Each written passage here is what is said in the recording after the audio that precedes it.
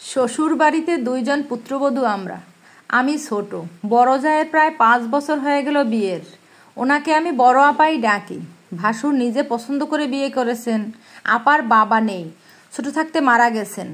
মায়ের অন্য জায়গায় বিয়ে হয়েছে। আপা নানু বাড়িতে মানুষ হয়েছেন, ওখান থেকেই বিয়ে। আমার বিয়ের 2 বছর। আমার বাবা অত বড় লোক না, কিন্তু অবস্থা বেশ ভালোই। পরিবারের বড় আর খুব আদরের মেয়ে আমি। বিয়ের পর থেকে মা বাবা কত কিছু যে দিয়েছেন তার হিসেব নেই। মা তো 2 দিন পর পর খাবার এই সেই বানিয়ে নিয়ে আসেন। ঈদের জনে জনে সবার কাপড় পাঠান। যদি জিজ্ঞেস করি, এত কিছু কেন করো মা? মা উত্তর দেন, আমার মেয়েকে যেন সবাই ভালোবাসে। শ্বশুরবাড়িতে যত খাওয়াতে পারবা ততই সম্মান পাবা। তাছাড়া আমি এমনিই দেই, তোকে ছাড়া কিছু খেতে পারি না। মায়ের কথাগুলো আমার ভালো লাগে না, তবে এটা ঠিক, শ্বশুরবাড়ির সবাই আমায় চোখে হারায়। আপাকেও ভালোবাসে, তবে নিতান্তই কম। ছেলেরা নিজ পছন্দে বিয়ে করলে সে বউকে পরিবারের সবাই একটু অন্য চোখেই দেখে।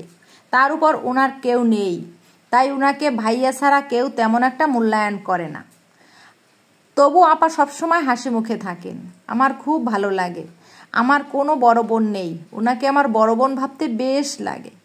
জ্যৈষ্ঠ মাস, আম কাঁঠালের দিন। এরকম একদিনে মা আর বাবা মিনি ট্রাক বোঝাই করে আম কাঁঠাল আরও ফলমূল সব নিয়ে হাজির আমার শ্বশুরবাড়িতে। শাশুড়ি মা হেসে বের হয়ে বললেন, কি যে করেন বেআইন, এত কিছুর কি দরকার? আমার মা তখন চুপচাপ হাসেন। শাশুড়ি যখন গল্প করেন সবার সাথে আমার ছোট বৌমার বাড়ি থেকে এই এসেছে ওই এসেছে, আমি তখন ভাবির দিকে আর চোখে তাকাই। ওনার মুখটা ফ্যাকাশে ফ্যাকাশে লাগে।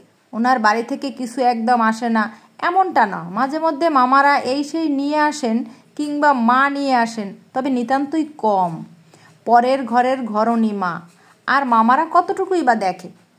এক পরিবারে 2-3 জন যা থাকলে হয়তো তাদের মধ্যে হিংসা থাকে। নিজের বাপের বাড়ি বা নিজেকে বড় করার একটা প্রতিযোগিতা থাকে তাদের মধ্যে, দেখেছি অনেক জায়গায়। কিন্তু আমি এসব প্রতিযোগিতায় নামতে চাই না। আমি চাই আমায় যেমন সবাই ভালোবাসে, আপাকেও বাসুক। মা বড় হাতে কিছু নিয়ে আসলে আপার লজ্জা লাগে খুব। ব্যাপারটা আমি বুঝি, ওনার দিকে তাকালেই টের পাই। আমারও খারাপ লাগে। আমি মাকে এজন্য বাধা দিলেও তিনি শোনেন না, কিন্তু আসল কারণটা মাকে বলিনি। সেদিন মায়েরা চলে যাওয়ার পর শুয়ে পড়ি আমি। চোখের পাতায় ঘুম চলে আসার সাথে সাথে শাশুড়ি মায়ের চিল্লাচিল্লি শুনলাম। আপার সাথে তর্কাতর্কি হচ্ছে। এক পর্যায়ে শাশুড়ি মাকে এটাও বলতে শুনলাম, নিজের বাপের বাড়ি থেকে তো কেউ কিছু দিতে পারে না, আবার বড় বড় কথা। ছোট বৌমার বাড়ি থেকে কত কিছু আসে, ও কম কাজই করবে, তোমার করতে হবে বেশি। এরকম নানান কথা। আমি শোয়া থেকে উঠে চুপচাপ বসে রইলাম রুমে।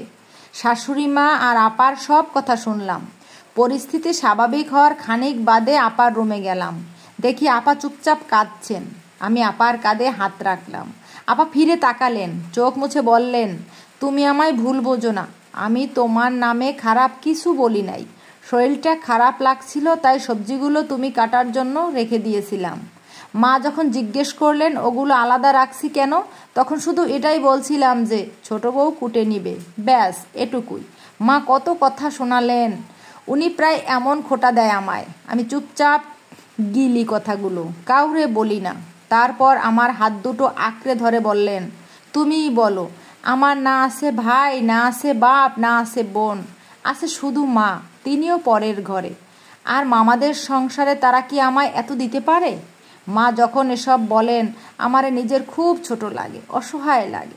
তোমার বাড়ি থেকেও যখন সব কিছু তোমার মা বাবা নিয়ে আসেন তখন আমার খুব লজ্জা লাগে, কিন্তু বিশ্বাস করো হিংসা হয় না আমার। খুব বোঝো তুমি আমায়। কি যে বলেন আপা, ভুল বুঝবো কেন? আমি বুঝি সব, চিন্তা করবেন না। এখন থেকে মা আর কোনোদিন আপনাকে খোঁটা দিতে পারবে না, আমি সেই সুযোগ দেব না। কি করে সেটা? আমি হেসে বললাম, কি করে আবার? মাকে বুঝাবো, বলবো আর কখনো এমন কথা না বলতে, যাতে আপনার খারাপ লাগে। আপা আমার চিবুক ধরে বললেন, তুমি এত ভালো কেন বলো তো? কত বুঝো আমায়, একদম বোনের মতো। আমি অভিমানী সুরে বললাম, বোনের মতো কি? আমি তো আপনাকে বড় বোনই ভাবি, না ভাবলে আপা না ডেকে ভাবি ডাকতাম। আপার মুখে আমি তখন তৃপ্তির হাসি দেখলাম। আপার কাছ থেকে চলে এসে আমার মাকে ফোন করলাম। বিস্তারিত সব বলে মাকে বললাম, তুমি কিংবা বাবা আর কোনো দিন বেশি হাতে বা ঘন ঘন কিছু নিয়ে আসবা না, এতে আপার অস্বস্তি লাগে। তাছাড়া শাশুড়ি মাও পান থেকে চুন খসলে আপাকে খোঁটা দেন। বিষয়টা আমার ভালো লাগে না, বাজে লাগে। এখন থেকে আমি আর আপার সমানই থাকবো। তারপরেও বেশি কিছু নিয়ে আসলে আমি কিন্তু তোমার সাথে কথা বলবো না, মনে থাকে যেন। মা হাসলেন, বললেন, আমার মেয়েটার মন এত ভালো, আমি খুব খুশি হয়েছি তোর এরকম কথায়। কয়জন বা এরকম করতে পারে? তোর আপা ছোট হোক, অস্বস্তি লাগুক, এমন কিছু আর কখনোই করব না। তুই টেনশন করিস না, ঠিক আছে মা? লাইন কেটে চুপচাপ বসে রইলাম খাটের উপর। কেন জানি না ভেতরে এক অদ্ভুত ভালো লাগা কাজ করছে। কোনো ভালো কাজ করলে বা কারো উপকার করলে আমার এরকম ভালো লাগা কাজ করে। না চাইতেই ঠোঁটের কোণায় হাসি ফুটে উঠল। পুরো গল্পটাই ছিল সত্য ঘটনা অবলম্বনে। আপনাদের ভিডিওটা কেমন লাগলো প্লিজ একটু কমেন্টের মাধ্যমে জানাবেন।